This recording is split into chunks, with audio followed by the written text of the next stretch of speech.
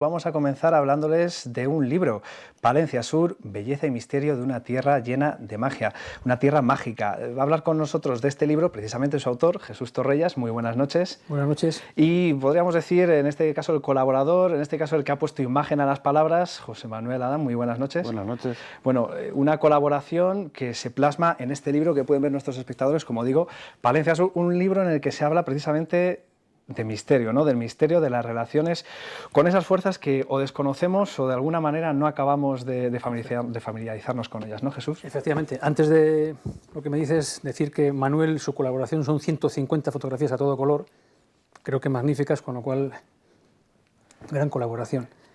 Sí, el libro habla de la zona sur de Palencia, sobre todo de la otra realidad, como siempre en mis trabajos, del mundo del misterio y de rincones desconocidos de Palencia, que son muy atractivos y que, como digo siempre, es una verdadera lástima que la gente no los conozca y saque partido de ellos. Claro, poco a poco iremos dando algunas de las pistas para que los espectadores puedan precisamente aprovechar eso que tenemos en Palencia y que a lo mejor en otros sitios aprecian más que aquí, pero no obstante, Jesús, antes casi lo primero de todo, ¿cómo nace esta colaboración, esta idea de plasmar en un libro todo esto de lo que tanto ha hablado en otras publicaciones anteriores? Este libro nace de que hace 2 años tuve la ocasión de dar el pregón literario en la Feria de San Antolín y a raíz de que gustó el tema, pues las autoridades locales y provinciales me instaron, casi me exigieron que hiciese este libro, que es como una pequeña enciclopedia de lo que es el mundo del misterio en la parte sur de Palencia. Y realmente tiene Palencia tanto misterio, tantas sensaciones, tantas fuerzas ocultas que poder mostrar en este caso en un libro y sobre todo que poder aprovechar. Mira, te puedo decir que Palencia es un punto de referencia a nivel internacional en lo que es el mundo del misterio, pero un punto de referencia muy importante. Tristemente, en Palencia eso se desconoce. Manuel sabe que de mi mano vienen muchos grupos de gente muy numerosa, pasan aquí semanas a investigar, a conocer Palencia. Te repito, Palencia es una zona muy caliente a nivel nacional e internacional. Yo no sé si todas esas sensaciones, o por lo menos las que transmite cada lugar, José Manuel, son difíciles de, sobre todo, plasmar en una fotografía, o por lo menos dar una idea de lo que el lugar puede transmitir. Es fácil y es difícil al mismo tiempo, porque ya el mismo espacio lo permite. Hay sitios en que no hay que hacer nada, es dejarlo volar y plasmarlo, ni más ni menos. Otros, en cambio, pues bueno, hay que buscar el momento, la luz adecuada, pero bueno, por lo demás, perfecto. Bueno, vamos a comenzar por algunos de los lugares que por lo menos a mí me han llamado la atención, porque en el libro casi uno, según empieza a abrir, a ojear un poco, a ver cuáles son esos lugares con encanto, con esas sensaciones, esas fuerzas, uno de los primeros que aparece es el Cristo del Otero. Efectivamente. Cristo del Otero, nuestro querido Cristo del Otero, tiene un componente esotérico que prácticamente nunca se ha tocado y es muy acusado. Primero hay que tener valor para sacar esto a la luz, porque igual que vas a tener muchos amigos, digamos, también va a haber detractores. El Cristo del Otero, como te repito, tiene un componente esotérico muy grande. Es una estatua única a nivel mundial.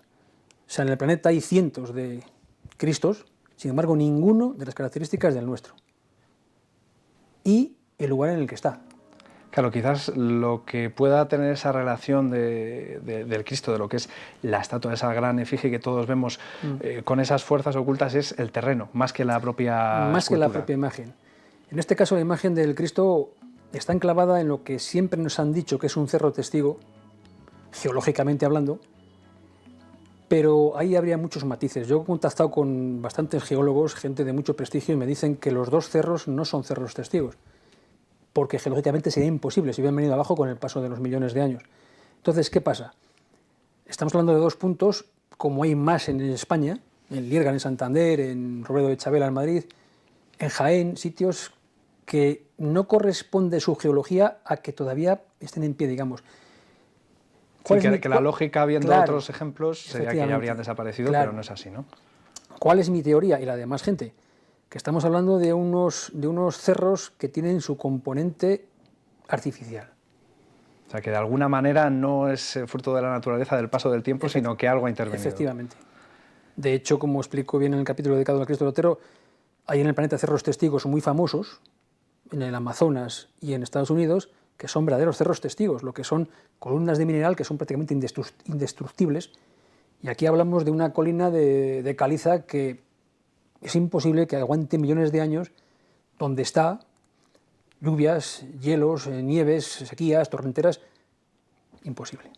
Bueno, este es quizás uno de los lugares que tenemos más cercanos, ya que hablamos desde la capital, de los que tenemos más cercanos y más conocidos, pero hay otros que quizás no lo son tantos. Yo he visto lugares donde a lo mejor uno no puede imaginarse que puede existir algo así, ¿no? Por ejemplo, siempre se ha hecho mucha referencia a la zona de antigüedad, pues a otros municipios, ¿no? De la zona del Cerrato, de Tierra de Campos, pero hay otros lugares que quizá, no sé, a mí me ha llamado la atención, por ejemplo, ver el cuadro, creo que era de San Rafael. Sí. Entonces, claro, uno dice, esa relación viene por la relación con lo religioso, esa relación con esas fuerzas ocultas. Muchas veces tiene que ver con lo religioso, pero no necesariamente. De hecho, yo siempre la religión la paso de refilón porque se distorsiona mucho lo que es el lugar en sí. Me hablas del hermano Rafael. El hermano Rafael es el monumento a la fe, es decir, es un lugar tan chiquitito, tan lleno de fe, que muchas veces llega a materializar. De hecho, es un lugar donde ha habido milagros contrastados. Es decir, no lo digo yo, lo dice la ciencia. Claro, lo que pasa es que muchas veces también cuesta demostrar este tipo de hechos, o por lo menos cuesta demostrar, o que sí, la gente se lo crea. Cuesta demostrarlo, pero bueno, el libro está plagado de casos que han acabado con un atestado de la Guardia Civil que dice fenómeno inexplicable. Para que la Guardia Civil te pongas un atestado es que es inexplicable. O sea, casos en los que la medicina ha dicho curación inexplicable. Entonces, cuando un médico te dice eso, algo hay. José Manuel, no sé si tiene en mente alguno de estos casos que más le ha llamado la atención. Hay varios. Uno de ellos es la capilla del hermano Rafael. Es un lugar muy especial, es entrañable. Aparte de que todos los días a las 9 menos cuarto dan la salve allí los monjes, la capilla es extremadamente única, es que es indescriptible. La iluminación al atardecer ahora en la época estival es preciosa, aparte porque entra en una vidriera de un cuadro que él pintó, y la paz que se respira allí, el silencio absoluto, es tremendo, es una sensación que es muy reconfortadora, es espiritualidad profunda, o sea, es para estar allí y perderte en el silencio. Bueno, hay otros lugares, como estamos viendo, de los que yo hablaba relacionando piedra, religión y fuerzas ocultas. Es una relación más habitual de lo que podamos imaginar, ¿no? Sí, sobre todo hay un capítulo muy extenso, el más extenso del libro, que es uno de mis campos de investigación favoritos, que es siempre, como digo, la cara oculta de María. Yo siempre he dicho y tengo a gala decir que soy un enamorado de las ermitas. Las ermitas son lugares de poder, de tremendo poder. Claro, ermita, religión, Virgen María, va unido, pero no tiene tanta ligazón como se pueda pensar en un principio. Las ermitas de Palencia es un mundo apasionante, donde efectivamente hay muchos fenómenos mal llamados paranormales. Sí, ¿de dónde viene eso del mal llamado paranormal? Porque sí que lo he visto, me ha llamado la atención, mal llamado paranormal. Claro, porque lo que ahora consideramos paranormal, para la gente de hace simplemente 80 años era lo más normal del mundo. Yo, cuando voy por los pueblos investigando y paseando, lo que para mí es increíble, es decir, poder grabar una luz que sale de la ermita en la noche, para las gentes sencillas de los pueblos es lo más normal del mundo. Te cuentan cómo en los tiempos de la posguerra salían luces continuamente de las ermitas, luces de los cementerios, luces en el cielo, o sea, y lo hablan con tal naturalidad que dices, a mí me ha pasado un caso en Cardeñosa de Volpejera, cerca de Carrión de los Condes, que es alucinante, o sea, ¿cómo te puede contar una viejecita cosas que para nosotros son imposibles y ellas te lo cuentan con tal familiaridad que dices, bueno... Que lo llevan viendo toda la vida. Efectivamente. Quizás hoy la velocidad del mundo diario, ¿no? De ese ajetreo, esa premura que tenemos para llegar a todos los sitios y para hacer tantas cosas, nos impide ver más allá. Efectivamente, es una pena. Como es una pena, por ejemplo, la portada del libro, que es un lugar increíble, bellísimo, que en Palencia no lo conoce nadie. Y está en Calahorra de Rivas. Todo el mundo va a Calahorra a ver el nacimiento, o sea, el canal de Castilla, el Carrión, agua, maravilloso el espectáculo. 100 metros más para allá hay una torre abandonada. Manuel estuvo conmigo de noche, él no lo conocía, y es un lugar que es puro conocimiento. Bueno, hablaba precisamente de que habían ido de noche a conocer, en este caso a mostrarle esta iglesia, esta torre. ¿Es el mejor momento para investigar este tipo de sucesos, de sensaciones, de fuerzas? La noche te predispone a ver y a sentir. Él estuvo conmigo, él no conocía el lugar, estuvo conmigo a hacer fotos para el libro, para un apartado del libro, y decía, vamos, digo, espera que caiga la noche. Era invierno, cayó la noche y fuimos a ver la torre, y él nada más llegar allí me dijo, aquí hay algo. Es un lugar... Algo fuerte. Mágico. Algo se siente, pero también hay que estar predispuesto para tener esas sensaciones, ¿no? No ponerse uno directamente la venda delante de los ojos, nunca mejor dicho, ¿no? En este caso... Siempre hay que tener una cierta sensibilidad para captarlo. O sea, eso es fundamental. Hay gente que no siente nada porque no tiene esa percepción, y otros, en cambio, pues perciben todo lo que hay a su alrededor. Cualquier cosa, la iluminación, la humedad, un mosquito que te pasa por delante. O sea, hay gente que, bueno, pues más que predisposición es capacidad. Cierta genética, pero hay una cosa que se escapa para los que no creen, dice sugestión. Tú a una máquina de fotos no la puedes sugestionar, a una cámara de vídeo no la puedes sugestionar, a un magnetófono le puedes sugestionar. Cuando ahí se reflejan cosas, lógicamente es que hay algo. Bueno, y cada vez son más, lo que comentaba Jesús, los que quieren acercarse a conocer todas estas sensaciones, estas percepciones, ¿no? que pueden tener en determinados lugares de Palencia. Tanto que se habla hoy en día de turismo, de promocionar Palencia, esta puede ser otra vía, ¿no? Estoy cansado de repetirlo, de repetírselo a los políticos. El turismo espiritual, es un filón de oro, que se explota en Toledo, se explota en Salamanca, se explota en Teruel, se explota en Los Monegros, se explota en toda España, y aquí se deja por la desidia. Una persona que viene a ver, digamos, acá hemos hablado de antigüedad, viene a ver antigüedad, el avión que está en la antigüedad, viene una vez, lo ve y es maravilloso, pero no vuelve a ver el avión, porque ya lo ha visto. Sin embargo, quien se mete en el turismo espiritual, vuelve y vuelve. Manuel ha comprobado como cada fin de semana vienen personas conmigo, de todas partes de España, a ver y sentir. Y es una pena que aquí en Palencia eso se deja a la desidia.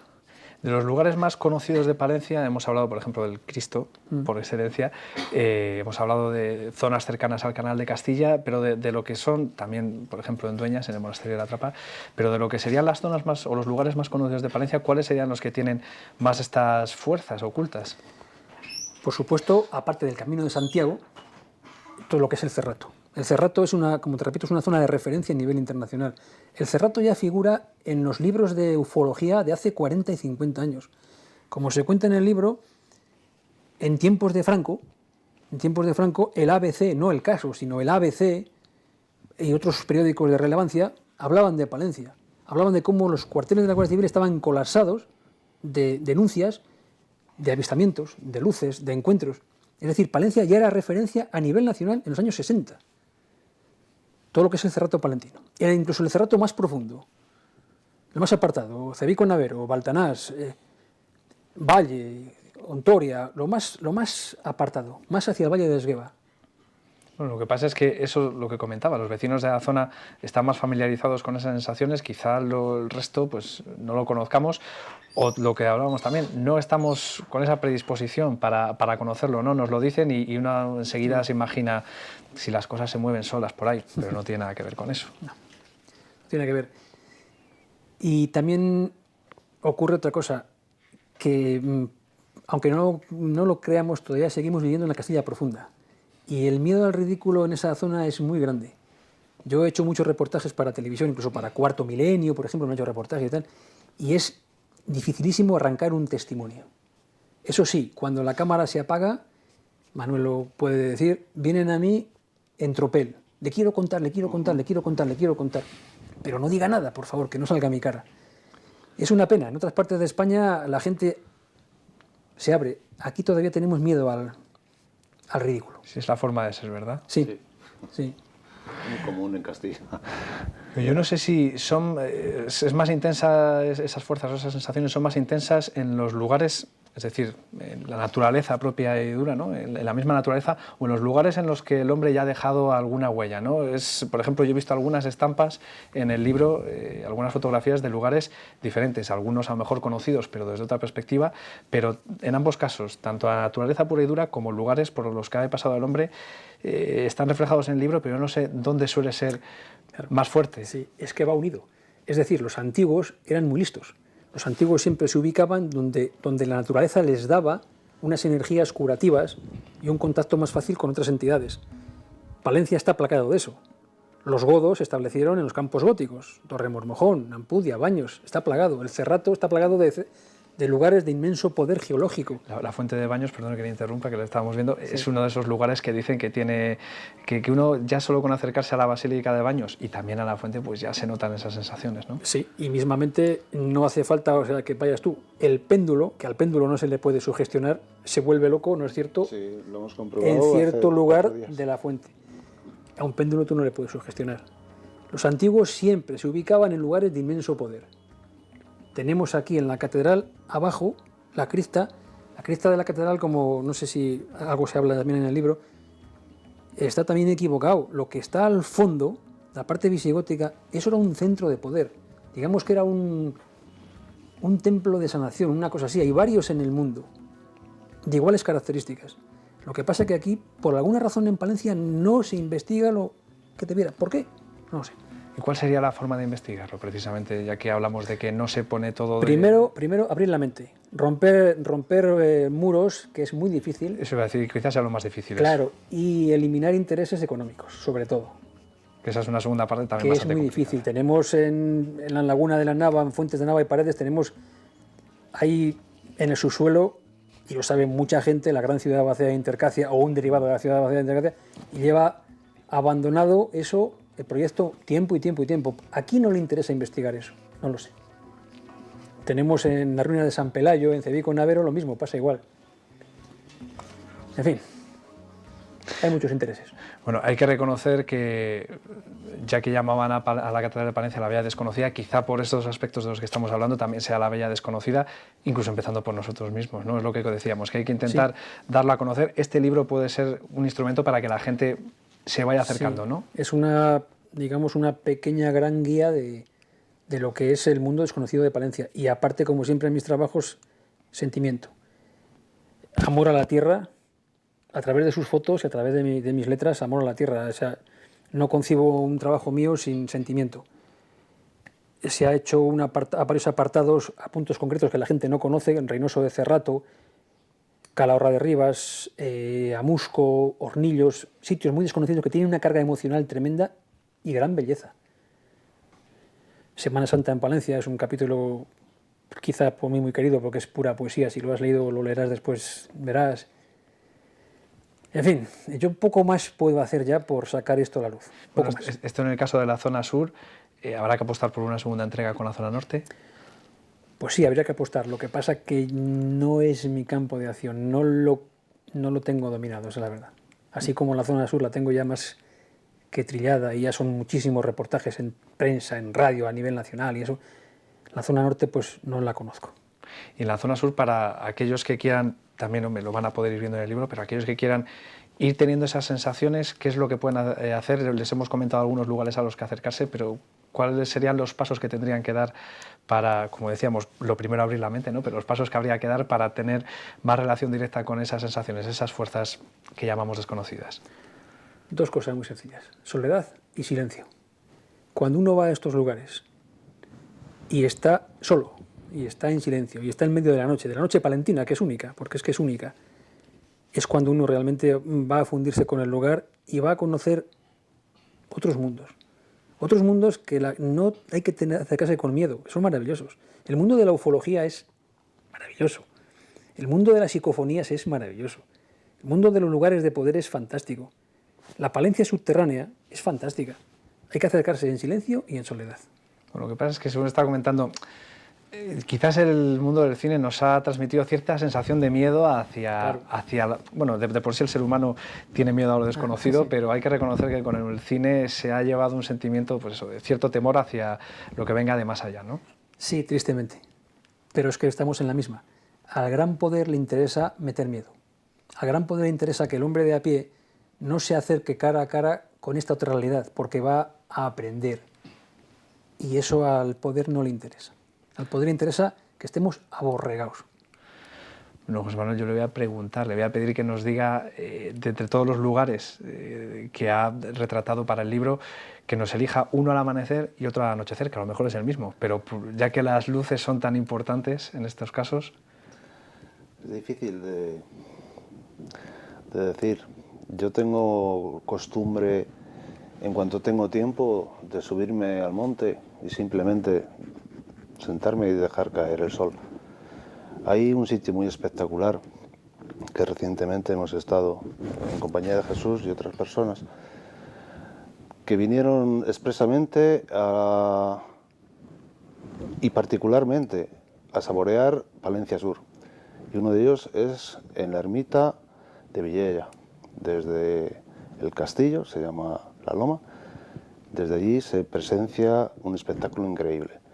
De otra forma, pues yo me subo al castillo de Tariego muchas veces, simplemente me siento allí y dejo caer el tiempo hasta que el sol se pone. El amanecer igualmente, yo me voy al páramo, es el primer sitio donde se ve el sol al nacer.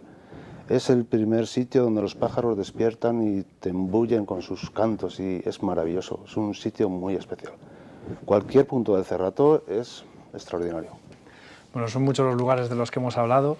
Ahí está esa propuesta de José Manuel Adán. Esperemos que nuestros espectadores tomen buena nota de ella y que no olviden que este libro es una pequeña guía donde tienen marcados los lugares, pero que luego al final es una misión de cada uno abrir la mente y disfrutar en esos lugares de esas sensaciones que se nos acercan. Jesús, José Manuel, muchas gracias a los dos por haber hablado con nosotros, por haberse acercado hasta este plató y por investigar lo que el resto quizá vemos desde el otro lado de la barrera. Muchas gracias. Ha sido un placer. Gracias a ti. El placer es nuestro de tener, como digo, estos invitados que nos hablan de esto que muchas veces desconocemos, que tenemos muy cerca, pero que lamentablemente muchas veces no prestamos la suficiente atención.